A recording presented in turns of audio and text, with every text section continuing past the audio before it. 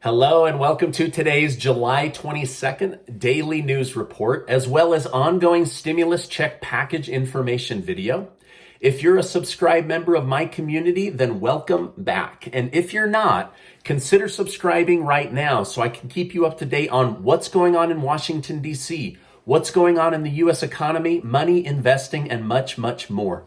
All right, now don't forget that Casey and I are giving away over $3,000 in prizes and cash. There's going to be 24 winners. 12 will get one of these amazing hats, and 12 are going to get $250 in cash to do whatever you want. Pay bills, food, back to school clothes, whatever it might be, okay? So I'll leave a link below so that you can go and sign up. All right, now be smart. Never text anybody on YouTube, especially somebody pretending to be me. I would never text you, so don't fall for it. At the end of this video, I'm going to share a crazy fourth stimulus check story with you, and I definitely want to hear your comments. All right, now, for some crazy reason, the internet is under attack.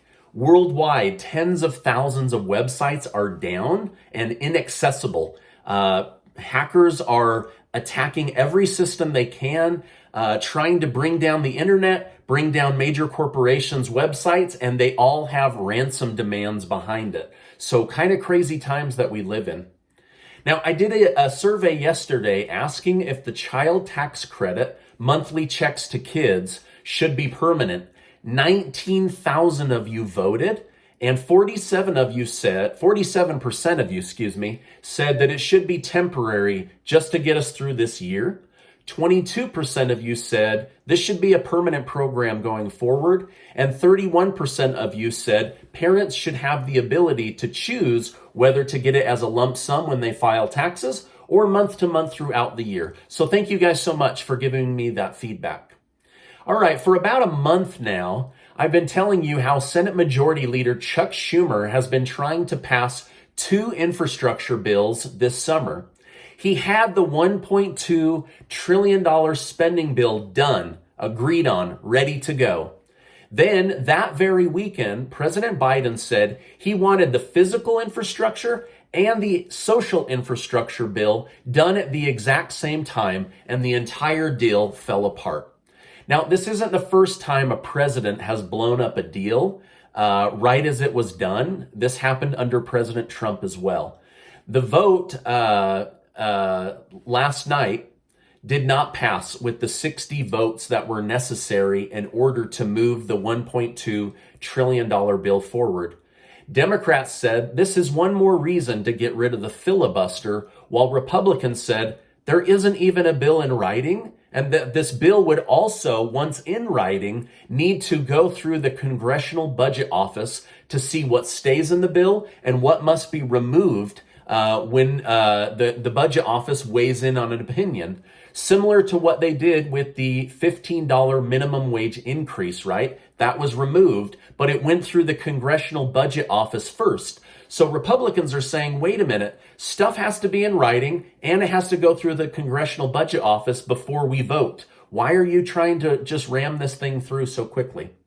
Now, Senator Pat Toomey said no one knows what's in this bill and doesn't believe Americans want their government passing massive spending bills with a blank check. He said, for example, he knows Democrats want to put an additional $48 billion in for public transit, but said there's still $40 billion set aside in Washington, D.C. for public transit right now. Why do they keep trying to pass more money, but aren't working to spend the money they have already passed? Toomey said the American people will thank us because when we get this right, there will be better transportation and infrastructure and more good-paying jobs. As you know, we need the American Jobs Plan passed before we can get to the American Families Plan. Neither plan is in writing as of the filming of this video. Bernie Sanders, who wants a $2,000 fourth stimulus check in the American Families Plan, has complained that this bill needs to be bigger. He said, if we tax billionaires, there is plenty of money to help everyone else. He also said, the richest guys in the world are off in space. They're not particularly worried about Earth anymore. The days of them not paying a nickel in federal tax income are going to end, and we will finally invest in the long neglected need of America's working families. Senator Sanders added, why is it considered radical that we should significantly invest in the needs of the working class of this country? I'll tell you why. Because for decades, the needs of working people have been ignored to placate the wants of the top 1%. Those days are going to end.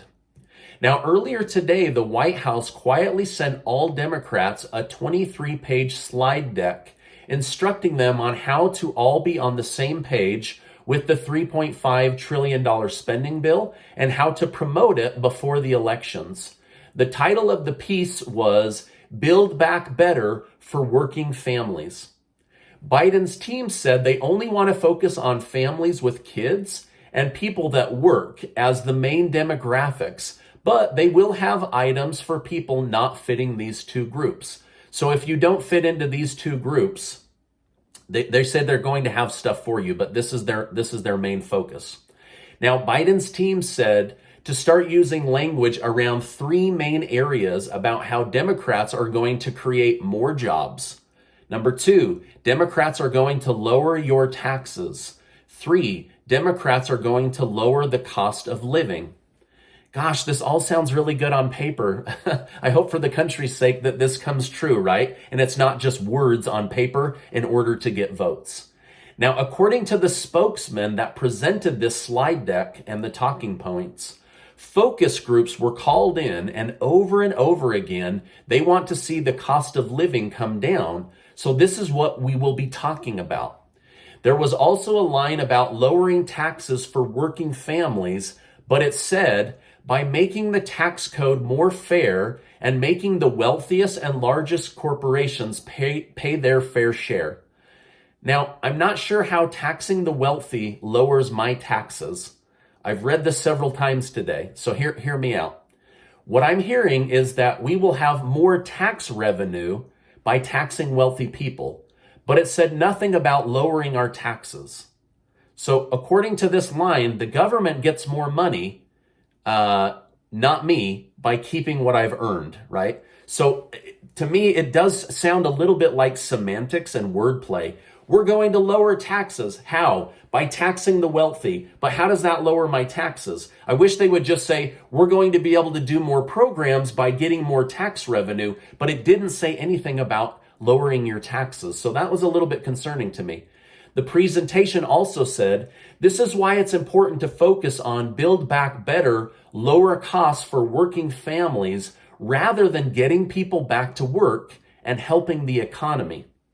So getting people back to work and improving the economy aren't the focus or good talking points according to this slide deck. The good talking points are, we will make life more affordable by lowering costs. Now, again, I hope that this is all true because I'm sick of people telling me that they will make my life better while everything else is becoming more expensive, okay? I'm also sick of being told that we will pay less taxes and then only change is to bring in more tax revenue. So again, I feel like there's some wordplay happening here, but I hope it's all true, right? Because everything is getting more expensive. So I understand why people are saying, hey, you need to lower costs. So hopefully, again, this all comes true. Now, Republicans say they are ready to vote next week, but want something in writing. So hopefully this weekend will be spent drafting the bill so that they can do a vote next week, right? Like we need something in writing or else this thing's never going to get off the ground. Now, people need to know what is in the bill and if it's going to benefit them. People need to know, is there going to be another stimulus check, right? Like there's so many unanswered questions right now. It needs to be in writing so we can say, here's what's in writing, here's what's not in writing, right? By the way, thank you guys so much for giving these videos a like. I really appreciate that. And I just love bringing you the news and I hope you guys enjoy receiving it. All right. Now, remember earlier this week, I told you Susan Rice from the White House was forced to sell $2.7 million of Enbridge oil stock because it violated the ethics office rules of pushing to close a pipeline while financially benefiting from closing a pipeline. Well, according to David Sirota of the Daily Poster, there is a provision that allows people in office to get tax breaks, major tax breaks, when they are forced to sell a stock.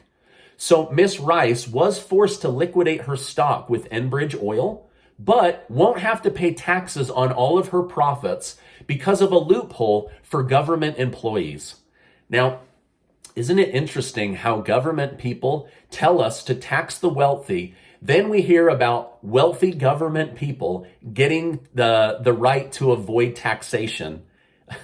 It seems like such a double standard, and both parties are guilty of writing these kind of things into law, right? It's kind of like when they protected all of us from cold calling spammers, right? Yet they wrote into law that as a politician, they could continue to cold call us, right? So it's just a major double standard.